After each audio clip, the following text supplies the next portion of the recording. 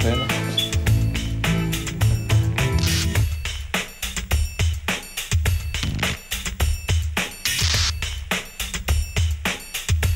Ah, ça fait plus mal, non? Ils ont choisi de consacrer leur vie à soigner des animaux exotiques. Putain, mais c'est pas possible. Des espèces rares en voie de disparition. Je vais voir les malades avec vous. Ils font partie d'une nouvelle génération de vétérinaires et soignent les NAC, les nouveaux animaux de compagnie. Et bien, le gris du Gabon, ben, on se les fait voler. À nouveau. Voilà, il y a des problèmes de mue à cause de cela. Oh là, putain, regarde ça. Ils ne sont que quelques-uns en France à connaître et pouvoir soigner ces animaux dont l'existence remonte à la nuit des temps. Oui, ma grande, tu vas faire de l'eau, t'inquiète pas.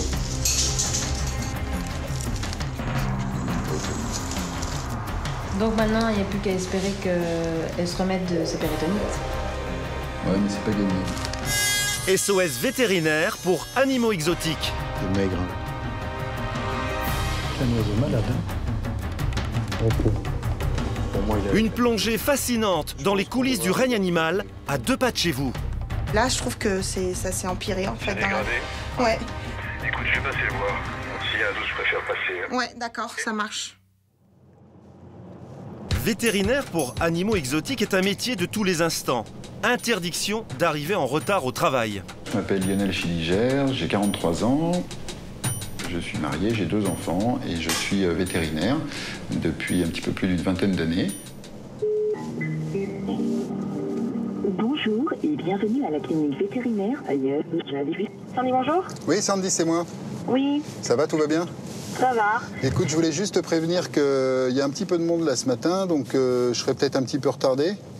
Mais D'accord. je fais de mon mieux pour arriver au plus vite, d'accord? Ouais, parce qu'on a pas mal de chirurgie ce matin. D'accord. Ok, Ok, à tout de suite, Sandy. à tout à l'heure. Au revoir. Au revoir. Sur le plan professionnel, mes passions dans la vie, c'est les chiens, les chats et les reptiles. Donc je me suis formé régulièrement depuis ces 20 dernières années dans ces 2 disciplines. Le cabinet de ce docteur vétérinaire est unique en France. Des propriétaires font des centaines de kilomètres pour y faire soigner leur animal à l'allure souvent préhistorique. Qu'est-ce qu'on a fait ce matin, André? Si, on a fait le parage du bec. Hein. Oui.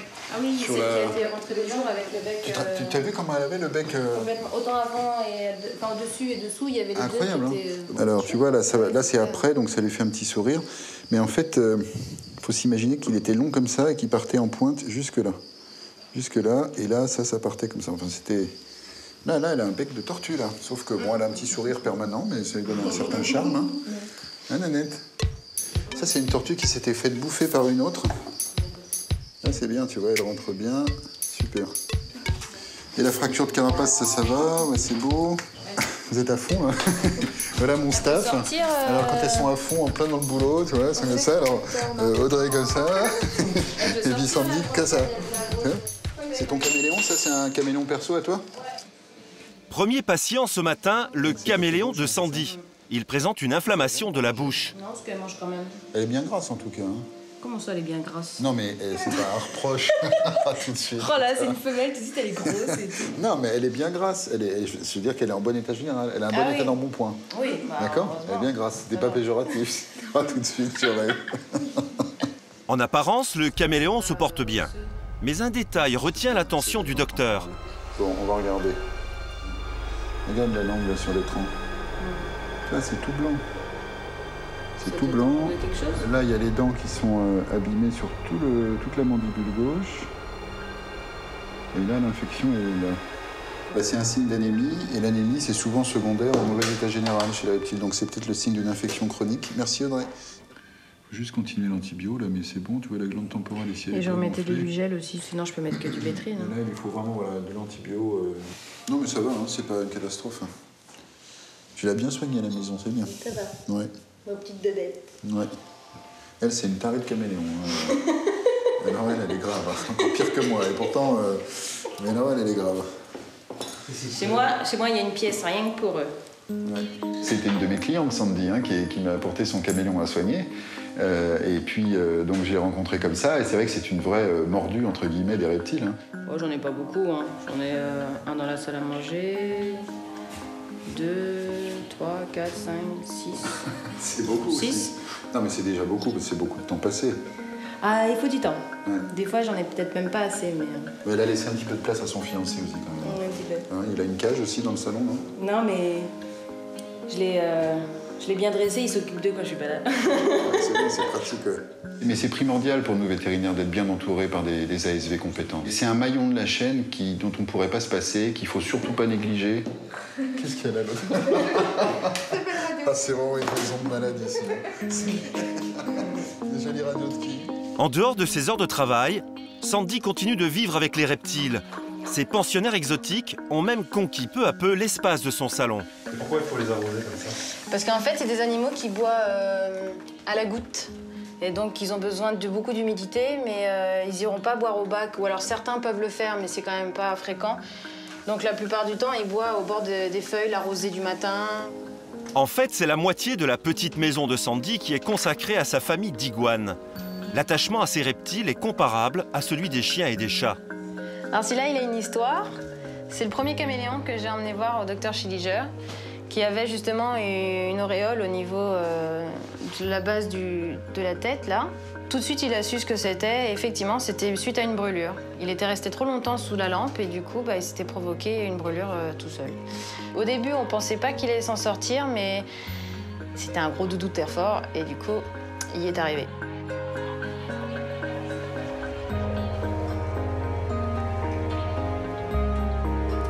Donc une fois que vous en avez pris un sur les mains, vous le savez, parce que vous avez comme des griffures de chat sur les mains. Donc tous mangent des insectes vivants, tant qu'à faire, parce que ça réagit au mouvement.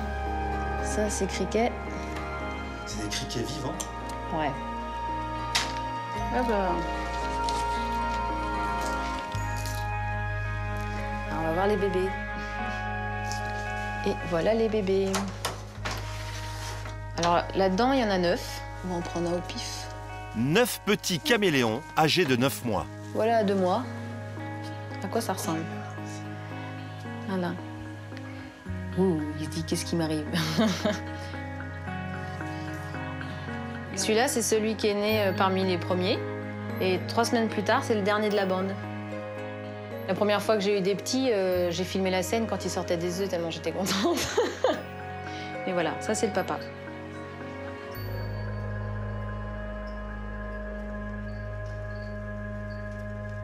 C'est pas eux qui vivent avec moi, c'est moi qui vis avec eux. Bon, Sandy, c'était bien ta petite bête là, mais je vais te montrer. On a rentré ce matin un iguane. Ouais. Tu vas voir, c'est un furieux de chez furieux. C'est un beau mâle, tu vois, comme on n'en voit pas beaucoup. Mais alors, attention, il est super agressif, quoi. Comme ouais, une majorité des iguanes. Ouais, mais lui, c'est rock'n'roll, hein, tu vas voir. Il s'appelle Balthazar. Cet iguane, âgé de 18 ans, n'a plus de force et est très agressif. Non. Non, mais je veux dire, parce qu'il a l'air d'avoir une petite taille de queue comparée à... Mais il aime pas ce que tu lui dis aussi. Non, mais normalement... Devant ce gros reptile, il faut rester prudent. Non, mais... Balthazar est très stressé. Le docteur Schilliger peut se faire mordre violemment. Il y a des reptiles qui sont dangereux, hein. Par exemple un gros iguane comme Balthazar, s'il vous mord la main, je te jure, on s'en souvient, hein. Ça peut être violent, hein. Pareil avec les serpents venimeux, il m'arrive d'avoir des cobras, des crotales, des grands venimeux. Il faut faire très attention. Il t'a coupé? Avec ça, là.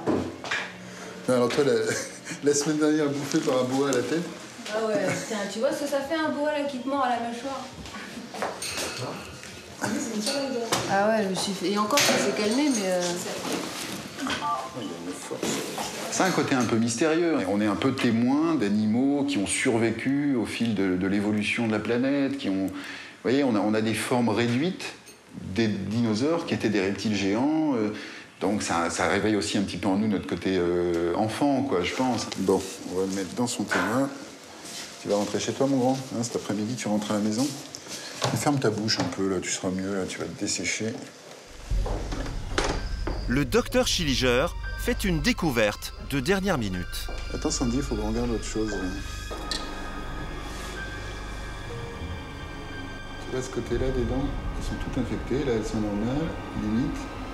Et là, quand on progresse vers l'arrière, elles sont toutes pourries. Ça pourrait pas lui faire mal au point de pas manger aussi. Si, ça peut, ouais. Ce qui expliquerait l'état de faiblesse de Balthazar. Une infection dentaire, en fait. C'est bon, je peux lâcher là, tu tiens sans dilater pour pas qu'il te bouffe. Oui. Tu tiens rien. C'est bon, il te juste là pour les Je te jure, là, c'est excellent. De face, regarde, de face, je te jure, c'est un raptor. Regarde, tu te mets vraiment en face et on dirait un raptor. Attends, je vais aller voir madame. Vous le tenez comme ça, là, ça va? Ok. Bonjour madame. Excusez-moi, je suis désolé, j'étais avec un animal, je pouvais pas le lâcher. Et ça, on continue à raison de 1 comprimé le soir. Ah, voyez, donc j'ai Ça, on n'y touche pas. Je suis en train de l'étrangler. Ne bougez pas, hein, d'accord? La principale clientèle du docteur Schilliger, ce sont les canins. Mais le temps est suspendu lorsqu'il soigne les reptiles. Bonjour. Genre, il vous aime bien de vous. Non, mais il a fait quoi? Tout de suite, il y a une mauvaise réaction. Il a réagi à chaque fois. Mais c'est normal, c'est un mâle dominant. Et les mâles dominants, ils n'aiment pas les autres mâles. Une bonne dose de vitamines et le vieux Balthazar devrait retrouver une seconde jeunesse d'ici quelques jours.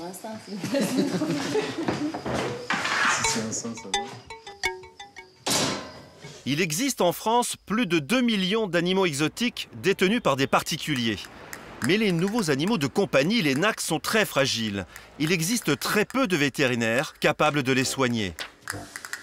Je m'appelle Jean-François Quinton, j'ai 51 ans, je suis vétérinaire. J'exerce mon métier exclusivement sur les nouveaux animaux de compagnie, les NAC. J'ai le grand bonheur de le faire depuis 3 ans dans une structure de vétérinaires où nous avons pu mettre en commun nos connaissances, nos compétences et surtout avoir un plateau technique magnifique qui me permet d'avancer tous les jours un peu plus. Le docteur Quinton soigne près de 4000 NAC par an. Il doit sa réputation aux soins apportés aux oiseaux et aux rongeurs. Et une passion, le lapin, tous les lapins. Ah, ces rencontres au sommet, là, de lapins? Oui. Il fait drôle. Oui, il est glamour, mais c'est... C'est la mode. Oui. Qu'est-ce qui se passe alors? Donc alors il mange plus, Ouais. il lâche plus, il salive, Ah. il graisse des dents. Qu'est-ce que vous lui donnez à manger, votre lapin? Il Alors, est très voilà. gourmand. Aïe! Ah. Déjà, ça me fait mal. Ah ouais, mais lui il adore. Hein. Oh! Faut pas manger, faut pas qu'il Oui, lâche des non. bonbons. Ah, c'est pire. Bien. Alors, on va faire le tri. Ça, c'est bien, il en a besoin, d'accord. Ouais, parce que là il mange rien du tout. Hein. Ça, c'est des gourmandises. Alors, ils ont un goût pour le sucré. Bien évidemment, ce Oui, goût c'est pour le juste. sucré a été exploité par les gens qui font du marketing, qui comptent sur le désir de faire plaisir à son animal. Et du coup, ben, on donne ça. Il faut savoir que les lapins, ils sont adaptés à ne manger normalement que ça, en fait. C'est hélas tellement fréquent que les gens ne sachent pas nourrir leurs lapins que je passe une vraie demi-heure à chaque début de consultation, à chaque nouveau lapin, pour expliquer comment on nourrit un lapin. C'est important que vous compreniez ça. Oui. Donc, un petit crâne de lapin, c'est fait comme ça. Donc, il frotte ses dents les unes contre les autres, en permanence. Et c'est en frottant ses dents les unes contre les autres qu'il va les user. Les incisives ne vont plus être l'une sous l'autre, donc elles vont plus s'user non plus, et vous allez avoir ce phénomène avec les incisives qui se recourbent à l'intérieur ou à l'extérieur. Les dents des lapins poussent toute leur vie. C'est uniquement en mastiquant du foin qu'ils les usent. À l'aide d'une caméra, le docteur vétérinaire Quinton devient dentiste. Hein? Le problème, il est là. Les dents pénètrent dans la langue et empêchent le lapin de se nourrir. La propriétaire repart seule. La survie de notre lapinou dépend d'une opération dentaire qu'il faut pratiquer au plus vite. L'affection pour le lapin, elle vient quand on connaît ces animaux-là, parce qu'ils ont en fait chacun une personnalité tellement particulière. Moi, j'avoue que je suis toujours surpris de la qualité de relation que les maîtres ont avec leurs animaux. Les maîtres des lapins sont des maîtres incroyablement attentifs et dévoués à leurs animaux. Bon, je vous fais confiance. Hein. Bah, il faut. Je viens. Oui, bah oui. Bon, je reprends ça. Ouais, j'en veux pas. hors de ma vie.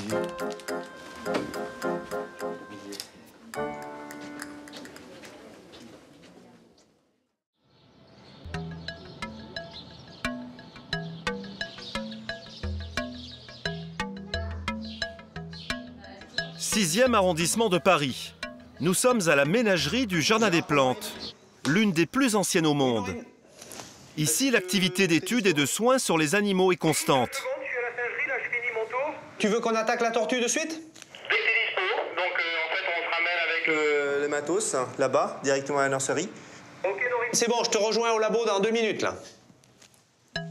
Ce matin, le chef animalier a informé le docteur Chaille qu'une jeune tortue géante du Galapagos, en âge de se reproduire, n'a jusqu'à ce jour pas pondu d'œufs. Ce qui est anormal pour son âge. Tu veux que je remette celui-là aussi? Ouais, s'il te plaît. Elle a plus de 40 ans, puisqu'on a dit c'est la première fois qu'elle est mature. Et c'est pour ça qu'on est un peu inquiet, justement, parce que les tortues qui n'ont pas d'endroit pour pondre peuvent faire une rétention d'œufs. Si on ne leur offre pas les moyens de pouvoir pondre, elles font une rétention. Et si elle a vraiment des œufs très gros qu'on ait vus à l'écho, là, et ben après, il faut opérer. Il faut aller chercher les œufs, parce que sinon, elle va mourir.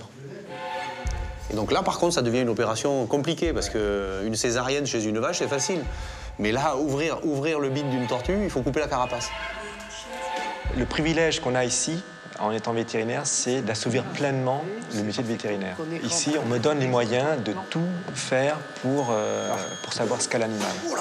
T'es bon, Norine? Moi, je suis bon. Ouais, je crois que c'est 60... c'est 80 kilos, je crois. On a une liberté de démarche diagnostique et thérapeutique qu'on n'aura jamais ailleurs. Je vais juste contrôler s'il y a des œufs. Et après, on fait la prise de sang. Une échographie est pratiquée pour localiser et visualiser les œufs. Et voilà, j'y suis. Si elle est capable de nous faire des œufs, ça veut dire qu'il faut qu'on fasse un aménagement pour qu'elle puisse pondre. Si les œufs ne peuvent être extraits, il faudra scier en deux la carapace de l'animal. Et là, tu vois, s'il y avait des œufs... Donc là, tu vois les trucs, là, ici. Ça, c'est les coupes du tube digestif. Si c'était des œufs, tu verrais des trucs plus sombres ou plus clairs? Plus clair. Tu verrais plein de petites boules. Plein de petites boules de ping-pong. Très blanches. Très blanches. Et derrière ces petites boules blanches, on verrait des zones d'ombre. Puisqu'en fait, ils cachent. C'est les grosses boules qui cachent, en fait... Du coup, ton nom ne peut plus passer derrière. Ton nom ne peut passer. passer. C'est ce qu'on appelle un code d'ombre, en fait. Voilà. Okay. Et ce qui n'est pas le cas. Donc il n'y a pas d'œufs. La tortue est hors de danger. Mais très vite, un autre problème apparaît. J'avais pas remarqué que sa carapace était déformée comme ça derrière. Hein. Ça, c'est énorme, quand même. Elle est décalée, ouais. Quand tu vois les signes comme ça? C'est la croissance, ouais.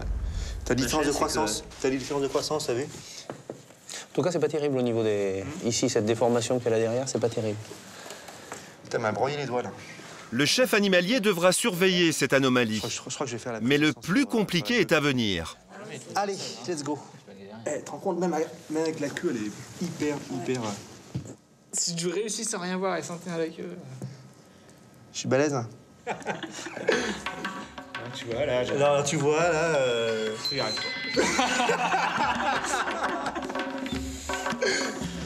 Attends, mais par contre, faut qu'on ait du sang. Attends, je vais essayer au niveau de la dossière, là. Je vais voir si je la vois. Au milieu, là, ici. Norine tente alors une prise de sang dans la nuque de l'animal.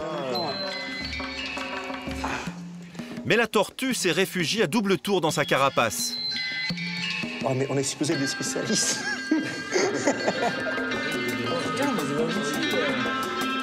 Bon, laisse tomber. J'arriverai pas là. Elle est trop... je sais pas, mon aiguille n'est pas assez longue. Tu arrives? Attends, Rudy, on va y arriver. Hein. Enfin, moi, personnellement, je mettais le temps sur les Seychelles, mais on y arrive. Bon, ben... Dernière tentative.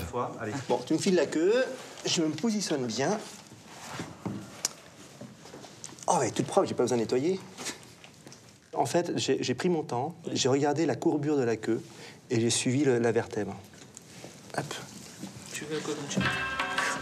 Une petite prise de sang, mais une grande victoire. La visite s'achève par une dernière auscultation de la carapace. Bon, c'est plat de chez plat quand même. Hein. Non, mais ça, il n'y a pas de problème. C'est très très plat. C'est très plat. Voilà. On t'a embêté là, hein? Allez, on va faire les résultats de l'analyse de sang et puis s'il n'y a rien, on te remet avec les autres. Hein? Allez. Merci la vieille. Bon, elle n'est pas si vieille que ça d'ailleurs, non?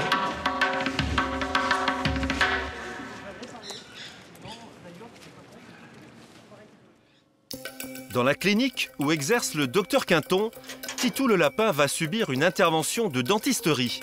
En effet, son diagnostic a montré que ses dents du fond poussaient dans sa langue. C'est la raison pour laquelle notre lapin ne se nourrit plus et risque l'infection. Titou subit une anesthésie légère avant de passer sur le fauteuil du dentiste. La phase critique est passée normalement. Puis direction la salle de radio.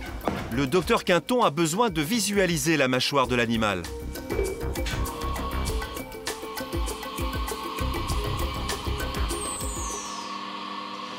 On n'a pas d'abcès, c'est déjà pas mal. Normalement, on m'amène 2, 3 des choses qu'il ne faut pas qu'il mange. Mais là, il y avait tout. Il y avait la pierre à sel, il y avait les friandises, il y avait... C'était terrible. Ouais, la pauvre, elle avait... Elle ouvrait de grands yeux quand je disais non, ça c'est pas bon, ça c'est pas bon, ça c'est pas bon. L'opération est simple mais délicate. Couper les dents d'un lapin nécessite de l'expérience et beaucoup de précision. Il s'agit d'être à la fois fort pour arriver à extraire la dent et en même temps d'avoir le geste suffisamment délicat pour ne rien briser. Le risque aussi, c'est qu'on puisse fracturer l'os de la mâchoire au lieu de la dent. Juste la pointe, si tu veux aller, tu peux le traiter à la pince-gouge, mais le reste, surtout, tu le fais en moteur. Une fois les dents raccourcies, le vétérinaire lime les incisives à l'aide d'une roulette de dentiste. C'est toujours surprenant et fascinant d'aller voir un organisme qui est différent que le sien. Par exemple, on ouvre cette bouche qui est minuscule, on peut y aller qu'avec une loupe, parce que sinon on voit rien. Donc on rentre, j'allais dire, dans l'intimité d'un animal d'une façon que je trouve, moi, qui me sidère à chaque fois. Tout vétérinaire est tour à tour chirurgien, dentiste. C'est ça qui est intéressant dans le métier. Ce qui est bien avec les animaux, c'est qu'on se retrouve à être médecin qui fait tout, sur plein d'espèces. Et ça, c'est quelque chose qu'on trouve jamais dans les spécialisations humaines. C'est pas possible. C'est ça qui est intéressant. Titou est guéri. Il va pouvoir faire son premier repas dans quelques heures et retrouver des forces. Les journées du docteur Schilliger commencent toujours de la même manière. L'inspection de son terrarium. Le reptile est indissociable de son terrarium. Et bien, le plaisir d'avoir des reptiles est indissociable de ce qu'on appelle la terrariophilie, c'est-à-dire tout ce qui concerne la conception d'un terrarium, l'entretien d'un terrarium, les installations d'éclairage, de chauffage. C'est le plaisir. Voilà, là, on reproduit un peu la pluie en Nouvelle-Guinée, Papouasie. C'est la petite pluie du matin. Souvent, on me demande, mais qu'est-ce que vous trouvez à un reptile sur le plan affectif? Qu'est-ce que vous pouvez avoir comme sorte d'échange avec ce genre d'animaux? Il n'y en a pas, ou presque pas. Il peut y en avoir pour certaines espèces qui sont un peu plus familières, mais il n'y en a pas. C'est comme un poisson. Quand vous êtes dans votre salon, vous avez votre aquarium qui est là et les poissons qui se baladent, personne ne pose la question à ceux qui ont des poissons, mais pourquoi vous avez des poissons? Mais un beau terrarium avec des reptiles magnifiques dedans, je suis désolé, c'est aussi joli que des poissons dans un aquarium. Ce matin, Lionel Schilliger ne se rendra pas à son cabinet. Il doit former des propriétaires à l'élevage des reptiles. Comme d'hab, en fait, tu sais, c'est pour des amateurs qui passent le certificat de capacité. En fait, moi, j'interviens toute la semaine, ils ont un cours théorique et pratique. Et moi, j'interviens ponctuellement pour leur expliquer comment il faut maintenir les reptiles en captivité, comment éviter qu'ils aient des maladies. C'est en fait le volet vétérinaire de la formation. Pourquoi les gens s'en occupent pas bien de la reptile? Si, pour la plupart, ils s'en occupent bien, mais c'est pas, tu vois, c'est pas comme un chien ou un chat où tu remplis la gamelle, tu mets de l'eau, tu les sors un petit peu. Là, c'est pas pareil, c'est des animaux exotiques, donc il faut vraiment les maintenir dans des conditions d'environnement qui sont précises. Il est interdit de posséder des reptiles à son domicile sans un certificat de capacité. Il y a un cadre juridique qui fait que pour avoir le droit de détenir telle ou telle espèce de reptile, il faut être titulaire de ce certificat, qui est une espèce de permis de conduire. Hein. Et l'intérêt, c'est que c'est justement dans le but que ces animaux soient maintenus dans les meilleures conditions possibles. Eh ben, je crois qu'on peut commencer. Donc, je souhaite à tous la bienvenue. Mon rôle, c'est de vous donner les clés pour essayer de faire en sorte que dans vos élevages, les maladies n'apparaissent pas. Parce que tout est là avec les reptiles. Vous savez, il y a un vieil adage qui consiste à dire « mieux vaut prévenir que guérir ». Mais c'est un adage qui prend toute sa dimension avec les reptiles, qui sont réellement des animaux fragiles Alors la première chose à faire quand vous avez un serpent, c'est d'attraper la tête, parce que quand on a la tête, on sait qu'on peut difficilement se faire mordre. Et alors, ce qu'il faut savoir, c'est que pour tenir un serpent, il faut être une personne par mètre.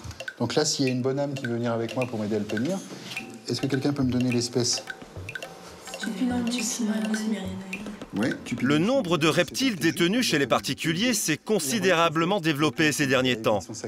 Beaucoup de propriétaires les collectionnent sans aucune connaissance de leurs besoins et de leur fragilité. Le certificat de capacité est obligatoire. Il se prépare sur 1 à 2 semaines pour un investissement d'environ 500 €. Vous vous rendez compte un petit peu? Donc voilà en gros comment c'est fait un serpent. Alors un petit conseil, quand vous remettez un serpent en sac, si là je lâche, il y a toutes les chances qu'il ressorte d'un coup. C'est ça qu'on enseigne, enfin que les participants sur cette capacité apprennent aussi, hein, c'est à savoir manipuler ces animaux, parce qu'il ne s'agit pas d'avoir un animal comme ça chez soi, puis de le laisser se sauver, puis après de dire « Oh putain, non, je ne peux pas l'attraper, débrouillez-vous ». Voilà, il faut être à la hauteur du truc, donc il faut maîtriser l'animal. Donc ne relâchez pas vos efforts dans vos élevages, c'est une attention de tous les instants, d'accord? Si on relâche l'attention, c'est là où il y a des maladies qui arrivent. Et c'est ça qui rend la thériophilie si technique et si intéressante. C'est pour ça qu'on est tous là, c'est pour ça que, comme vous, je suis passionné de reptiles, c'est parce qu'il y a le côté challenge, il y a certaines espèces difficiles, mais il faut être très vigilant parce que c'est assez pointu, quoi. Hein, d'accord? Avec plus de 2 millions d'animaux exotiques en France, la mode des nacs est un phénomène en plein développement.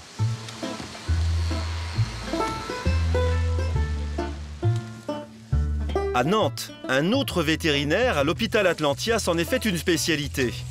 Je m'appelle Emmanuel Rizzi, j'ai 34 ans. Je suis vétérinaire depuis 10-11 ans maintenant, après avoir travaillé dans le secteur public, en école vétérinaire. Et je suis maintenant dans le secteur privé. Alors, le petit FC, comment ça va? T'es des crottes, nickel. Bon. Celui-ci, il respire vraiment mal. Vraiment, faut le garder sous oxygène.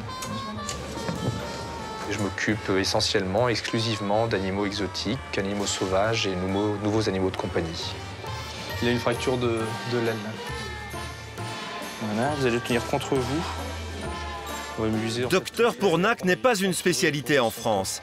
Les vétérinaires doivent continuer d'étudier continuellement pour parfaire leurs connaissances. On doit faire beaucoup plus que quand on est vétérinaire de chiens et de chats, parce que c'est des animaux qui demandent beaucoup d'attention, beaucoup de petits soins. Un environnement particulier qui est différent pour chaque espèce, ça mange pas la même chose, ça soigne pas pareil, et ça fait un boulot monstre en plus. Entre un coq aux ailes brisées et un lapin apathique, Emmanuel Rizzi doit aujourd'hui inspecter une animalerie. Celui-là, tu es déjà venu? Oui. Oui. Donc ils ont les animaux exposés juste devant dans un couloir. Ces visites en animalerie sont obligatoires. Le docteur Rizzi vérifie que l'hébergement des animaux est conforme aux normes d'hygiène. Et là, il traque le moindre signe de maladie. C'est l'occasion aussi de transmettre son expérience aux futurs vétérinaires. Nous, on vient une fois par mois faire la visite sanitaire. Quand ils sont malades, ils peuvent faire appel à nous aussi ponctuellement en plus pour les soigner. Et une fois par an à peu près, la direction départementale des services vétérinaires, la DSV, passe et fait une inspection complète. Je vais voir les malades avec vous, enfin s'il y en a qui sont à l'infirmerie. Hein, et Noémie, elle s'occupe des seins ici. Hein. Voilà, donc là, il y a bien une bonne infirmerie, une bonne petite pharmacie fermée, donc ça, c'est parfait. C'est balayé par terre, ça sent pas mauvais. Il faut voir qu'il n'y ait pas de péremption. Oui, c'est sale, il y a des seringues qui sont vides comme ça. Ça, faut jeter, quoi, faut pas que ça reste exposé. Alors, les visites d'animalerie, c'est un autre métier encore. Hein. Ce sont des visites qu'on appelle des visites sanitaires. Donc, on est là pour savoir et vérifier que tout est propre, tout est sain, que les animaux sont bien traités et qu'il n'y a pas des animaux morts partout, des gens qui sont malades à cause de ces animaux. Lui, on vient de le mettre derrière ce matin, donc il a une queue mouillée. D'accord. Et c'est bactérien. Et généralement, ça fait une diarrhée profuse qui mouille la queue. C'est pas simple, la queue mouillée. Mais c'est surtout mortel et on perd tout le groupe, 80% du groupe en quelques jours. Et le souci, c'est que c'est très contagieux. Et là, l'animalerie peut perdre tous ses hamsters en une nuit. Il peut avoir 70-80%. Quand ça commence, donc il faut vite les isoler. Le hamster, lui, va mourir sous déshydratation à force de se vider. Donc antibiotiques, pansement intestinal, réhydratation, réchauffage. Les oiseaux constituent la population majoritaire des nacs dans une animalerie. Et malgré leur nombre, rien ne doit échapper à la vigilance du docteur Rizzi. Celui-là au fond, là? Ça va bien fait de me le dire. Ok, il faut l'isoler. C'est justement ce qu'on cherchait. Là, une patte cassée. On traque les choses, mais on le fait en bonne entente avec le personnel. On ne pourra pas réparer, de toute façon, vu la taille. Les soigneurs ont une formation de soigneurs. Leur intérêt, au départ, c'est quand même ces petits animaux qu'ils soient en bonne santé. Et puis, il y a un magasin autour qui fait des bénéfices, qui fait du business. Et puis, après tout, je me dis pourquoi pas. De toute façon, tu les isoles dès qu'il y a quelque chose. Hein. Ouais. Et ben le gris du Gabon, on se les fait voler. À nouveau. Oui. Donc c'est bien le deuxième qui est volé. Oui. Mais apparemment, il y a eu un souci sur pas mal d'animaleries. Il y en a pas mal qui ont eu ce souci-là, quoi. Ils se sont fait voler. D'accord. Il y a eu des caméras, ça a été filmé comme... Oui, parce que je me souviens qu'une fois, ça avait été filmé. Oui, mais là aussi, ça a été filmé. Un gris du Gabon a été volé la nuit précédente. Ces espèces rares sont très convoitées car ce perroquet qui parle vaut entre 800 et 2000 euros. C'est dommage. Il y a beaucoup de ventes de NAC en animalerie.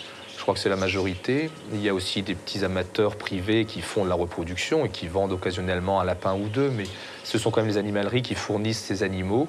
Donc notre clientèle est principalement formée grâce aux animaleries. Le prix des animaux dans ces animaleries varie quelquefois de 15 à 10 000 euros. De quoi motiver les voleurs. Signalé dans le cahier. Chaque animalerie doit pouvoir à tout moment présenter un registre dans lequel le vétérinaire consigne ses recommandations et ses décisions. Égal pour le hamster, c'est caractéristique. Ce qui serait regrettable, c'est que les gens s'en fichent complètement et qu'on vende 3 lapins un peu crevards dans le coin d'un magasin. C'est pas le cas, en tout cas, en France, dans la grande majorité des animaleries. À la prochaine, je t'appelle pour le mois prochain. Hein. Allez, bonne journée. Salut.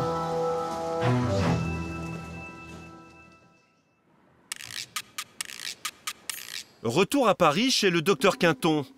Une dame d'un certain âge vient lui confier une petite boîte. heureux là j'aimais que vous ouvriez vous parce que... Oui. À l'intérieur de la boîte, un petit canari jaune du nom de Bernard. Plume toute gonflée, il se met en boule gonflée et puis il met sa tête sous les plumes. Ça c'est pas bon dans signe. La journée.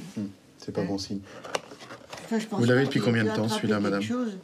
Depuis... Il n'y a pas de petite bébête. À partir du moment où cet animal arrive accompagné par un maître, il y a autre chose.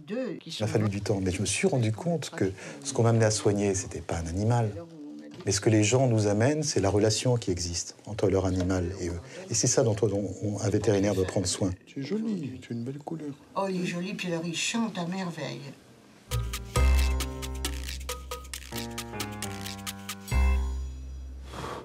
Il est maigre, hein, votre oiseau. Il mange pas assez, alors? Non, mais je pense qu'il est... Quand ils sont maigres comme ça, souvent, c'est qu'ils sont parasités. Il est calme, lui. Oui. Ce qu'on va faire, madame, je vais regarder au microscope. Hein. Je vais vous faire patienter un petit peu dans la salle d'attente, si vous voulez bien, le temps qu'on fasse ça. Et puis, j'en ai pour 10 minutes. D'accord. Entre-temps, une urgence se présente. Chippy, une jeune furette de 2 ans.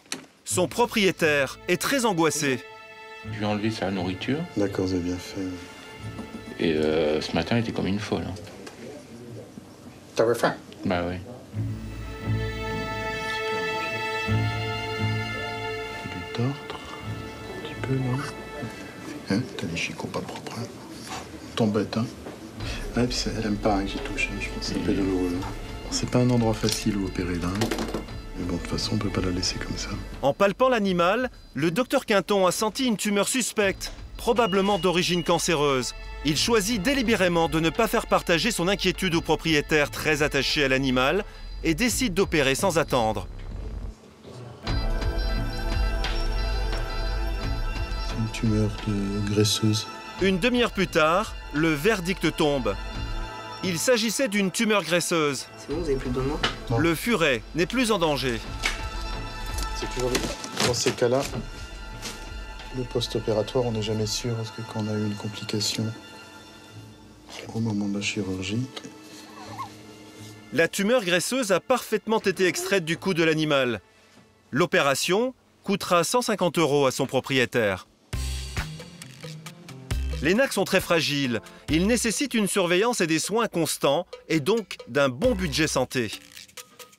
Celui-là, c'est déjà fait opérer les dents. Juste les dents, c'est 200 €, quoi. Ouais. Ça coûte cher. Ça coûte vraiment cher. Ça peut revenir très cher. Hein. Moi, il est resté hospitalisé une semaine. On n'a pas compris ce qu'il avait, on a multiplié les traitements, 500, 600 € par mois. Contrairement à la médecine humaine, les vétérinaires assurent eux-mêmes les examens en cabinet. Un investissement lourd en temps et en matériel. À partir du moment où n'importe quel animal vient accompagner d'un propriétaire qui me dit « c'est mon animal, il faut vraiment faire ce que vous pouvez », j'investis le meilleur de moi-même et le meilleur de la technique. Donc la médecine de qualité a un coût.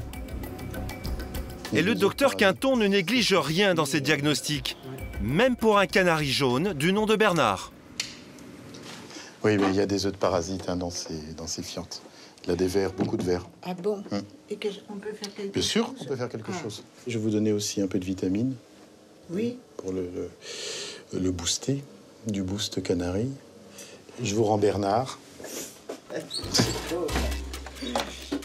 Bernard qui a été très sage. Oh, il est très sage. Ah oui. Oui, oui. Vous allez mélanger 0,4 ml par jour dans les graines. Je vous dois combien, s'il vous plaît? Alors, je vais vous dire. À l'autre bout de Paris, dans le 16e arrondissement, le docteur Schilliger entame une nouvelle journée. Parfait, à tout à l'heure, monsieur. Ah, on a l'intitulé. Voilà comment je suis frappée. Ouais, tous les jours. Maltraitée. Bon, je vais aller voir un peu, moi, les reptiles malades, là, ce que ça nous dit aujourd'hui. Bon, là, c'est des patients silencieux, en général. Hein. C'est l'avantage, c'est que là, ça n'aboie pas. Il n'y a pas eu d'urgence cette nuit, mais de nouveaux cas sont venus grossir la petite colonie exotique de son cabinet. Si tu as faim. Le matin, quand j'arrive, c'est de me dire, bon, voilà, il faut essayer de faire au mieux avec ce qu'on a comme moyen et comme connaissance. Non, bon, bah, il n'a pas faim ce matin, c'est pas grave. Hein. Pour ne pas se tromper de diagnostic, de traitement ou de pronostic. Chez les chiens et chats, les choses sont très codifiées, telle fourchette de normalité pour telle analyse. Pour les reptiles, c'est loin d'être aussi évident. C'est-à-dire qu'on suppose que lorsqu'on tombe sur tel résultat de prise de sang, ça veut dire que l'animal présente telle ou telle pathologie. Mais c'est souvent, on suppose que. Alors, on a Câlin et Câline. Câline est un serpent en convalescence. Alors, pour prendre un serpent comme ça, là, si je mets les mains dedans, il est tout à fait possible que je me fasse bouffer. Donc, vaut mieux avoir un petit peu de hauteur. Prendre un dossier pour recouvrir la tête. Voilà. Ce qui permet de masquer la tête et de prendre derrière. Voilà. Ça sont 2 pitons qui ont été amenés à la clinique parce qu'ils ont été empoisonnés. En fait, ce qui se passe, c'est que le propriétaire a cru bien faire en leur mettant sur le corps un produit anti-puce, anti-tique pour chiens. Malheureusement, ce produit contient une molécule qui est très neurotoxique pour les reptiles. On leur a fait un traitement éliminatoire pour forcer leur organisme à éliminer le toxique, et puis maintenant, ils sont bien. Les 2 vont bien, il n'y a pas de problème.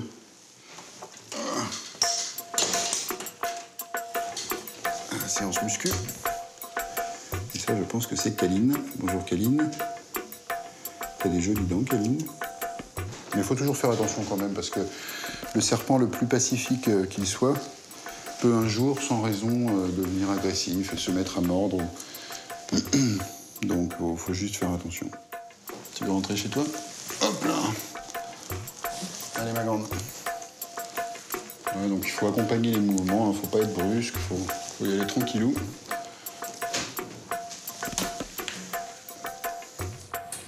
Salut, ma grande.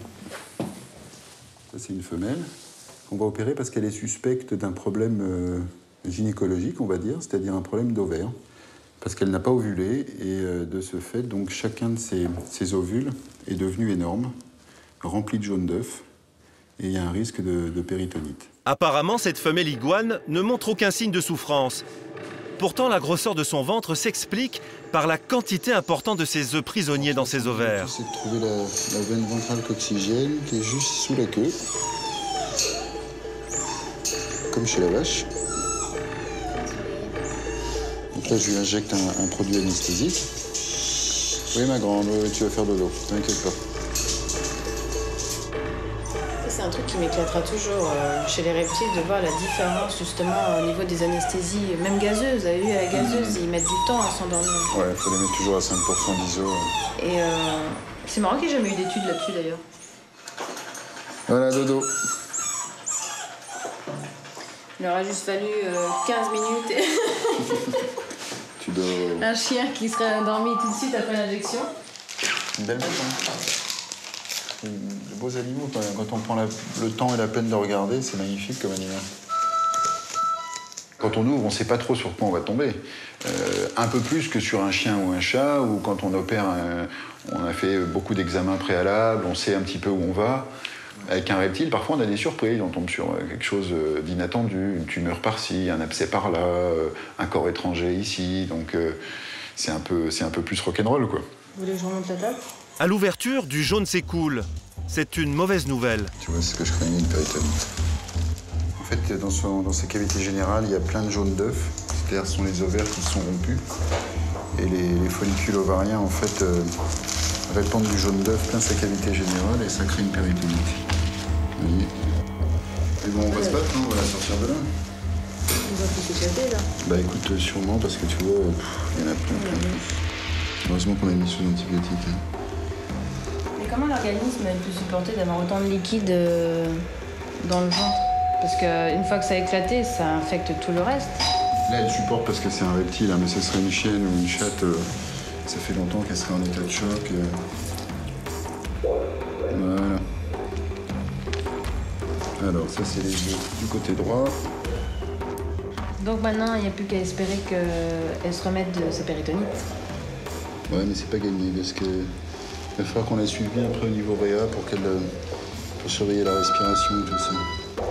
Enfin, regarde, Sandy, il y a carrément des jaunes d'œufs pleins.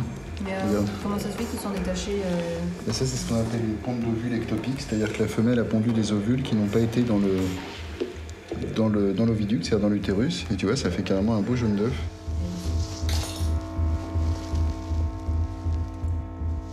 Maintenant, il faut qu'elle se batte et puis après, si elle s'en sort, elle va être pendant 10 ans tranquille. Hein. Ça vit 15-20 ans à peu près, niveau.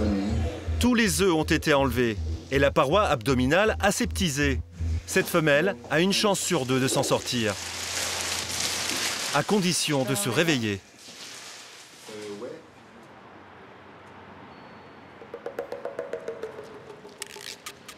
Ce soir, Leslie vient assurer la permanence de nuit. Engagée dès sa sortie d'école, elle seconde le docteur Quinton. Oui, il faut leur mettre de la pâtée d'élevage, de la jaunette, ça s'appelle, c'est de la pâtée d'élevage.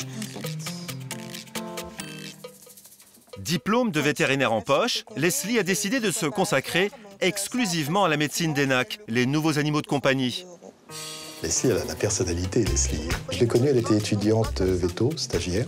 Elle est venue faire un stage à la clinique. Très vite, je l'ai vue fonctionner et je me suis dit, celle-ci, elle a le sens. Elle sait bien ce qu'il faut faire aux animaux, elle les connaît très bien. Allez, Obama, on est parti. Elle est très, très motivée. Il est 20 h. Alors que le docteur Quinton est sur le point de partir, une urgence vient d'arriver. Bonjour, madame. Ce hara, du nom de Charlie, est extrêmement faible. Malgré l'heure, les propriétaires inquiets n'ont pas hésité à se rendre en urgence chez un vétérinaire. Pour ne pas rajouter du stress à la maladie, le docteur fait une approche en douceur. Ça se voit que t'es un gentil oiseau. Bonjour. On se connaît un peu, hein? On se connaît tous les deux. Tu connais? Tu veux tous? Regarde que tu es un bon oiseau. Hein? T'es un oiseau malade, hein? Il a aucun tonus. Non, Aucun. il a les pattes froides même. On voit qu'il a du mal à se réchauffer, il a du mal à... En fait, il venait le soir sur moi pour se réchauffer, quoi. Parce que le fait d'être en contact sur la cage des autres, qui était froide, il n'arrivait pas à se réchauffer. Non, mais il est vraiment faible, hein? Et ça, les oiseaux, faut agir vite. Bon, on va voir ce qu'on peut faire. Bon, n'aie pas peur. N'aie pas peur, t'inquiète pas. Bon, je vous l'emmène, je reviens. Je vous fais patienter dans la salle d'attente un petit peu. Le docteur Quinton n'a pas voulu avancer plus loin son diagnostic auprès des propriétaires, car le cas est très grave. Pour subir un examen plus approfondi, Charlie va être endormi. Mais son état de faiblesse est tel que l'anesthésie risque de le tuer. Parce qu'il n'est pas costaud. Faire du NAC, c'est se confronter à la vie, à la mort, beaucoup plus facilement que sur un chien ou sur un chat. Un NAC peut commencer un problème et 3 jours après en mourir. Ça va si vite que ça. Le soin, et principalement la chirurgie, oui, là on rentre dans la possibilité de nuire rapidement. La radio révèle immédiatement le problème. Regarde ça. Tu m'étonnes qu'il soit pas bien, l'oiseau. Tenez, venez, on va voir les radios. Et puis je vais vous montrer les résultats. Alors, les reins fonctionnent, c'est déjà bien. Par contre, les radios sont très spectaculaires, vous allez voir. Elles sont là. Hein. Quand on fait de profil, on voit que non seulement le foie est grossi, mais aussi les reins, ils sont énormes. Et ça, je vais vous dire, c'est vraiment un signe de... Pour moi, il a la chlamydiose. Ouais. Ah, c'est la chlamydiose qui fait que ça gonfle comme ça? Je pense qu'on devrait arriver à le traiter. Oui. Hein. Bon, le pronostic est quand même très réservé, malgré tout.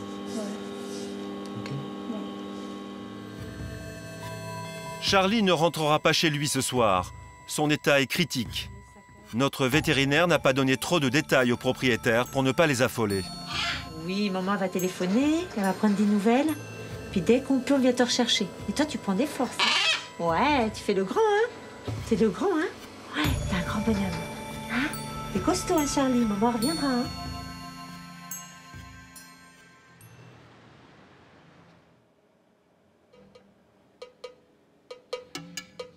Alors, les hospitalisés qu'on a.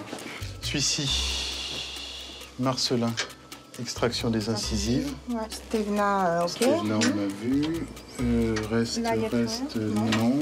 Il y a mon rat d'avier, donc ça c'est vu, ça c'est bon. Bon, celui-ci, t'as vomi ou quoi? Non? Qu'est-ce que c'est ça? Bah, ça ressemble à de la régurgitation, oui. Ah oui, tu parles. Oh là là. Bon, faut pas qu'il ait froid. Tu gaves un tout petit peu, c'est tout. Demain matin, tu réhydrates. De toute façon, tu m'appelles. Hein? Je passerai s'il faut. Il est temps. C'est bien. C'est Leslie qui dirige maintenant. Il est 21h. Avant de partir en week-end, le docteur Quinton transmet ses instructions à Leslie. Si je me souviens bien.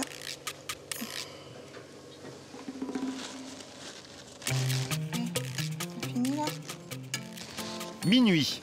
Leslie, préoccupée par la santé de ses pensionnaires, ne dort toujours pas. Ouais, mais ça va mieux maintenant. En fait, à force de les voir, et puis bah, c'est vrai que je reste toujours un peu plus le matin pour suivre les consultations et tout ça. Donc, à force, puis je bouquine pas mal aussi. Donc, quand on s'y intéresse, ça va. Mais c'est vrai qu'au début, c'était stressant. J'appelais tout le temps le docteur Quinton. Maintenant, je l'appelle plus beaucoup. Toutes les 2 heures, Leslie doit donner à manger ou faire avaler les médicaments aux animaux en détresse. Si tu vas tout là-bas, je pourrais pas t'attraper. Pour Charlie, elle se fait assister. Tu veux lui passer la sonde? À l'aide d'une sonde, elle tente de lui faire avaler un peu de nourriture mélangée à ses médicaments. Les prochaines heures seront capitales dans le processus de guérison de notre hara. Mais Charlie vomit immédiatement le traitement que l'on vient de lui administrer. Va-t-il passer la nuit? Il est 2 heures du matin. Leslie va tenter de dormir quelques heures.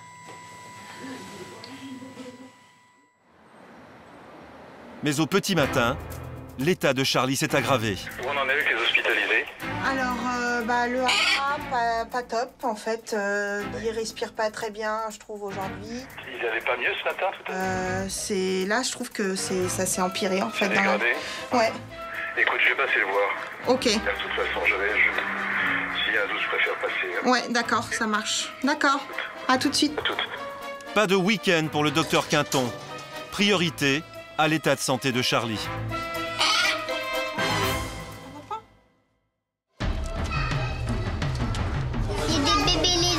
On va essayer de regarder si c'est un mâle ou une femelle. 3, en ISO. Ah non, c'est l'épididyme. Je pense qu'on ça ressemble. C'est l'épididyme et ça, c'est une couille. Voilà. Vas-y, laisse-moi. Hop, tiens. Il m'a eu. Cette blessure, normalement, on n'aurait pas dû la laisser arriver. Ce qu'il y a, c'est que moi, j'ai pas envie que ça flambe plus loin. Allez, ma grande, on se réveille. fait tout dans une vie de veto. Hein. Bouche à bouche et en iguane,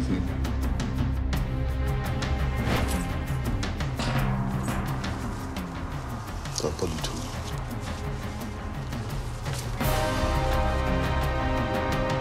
C'est réservé, hein. Je sais pas ce qui va se passer.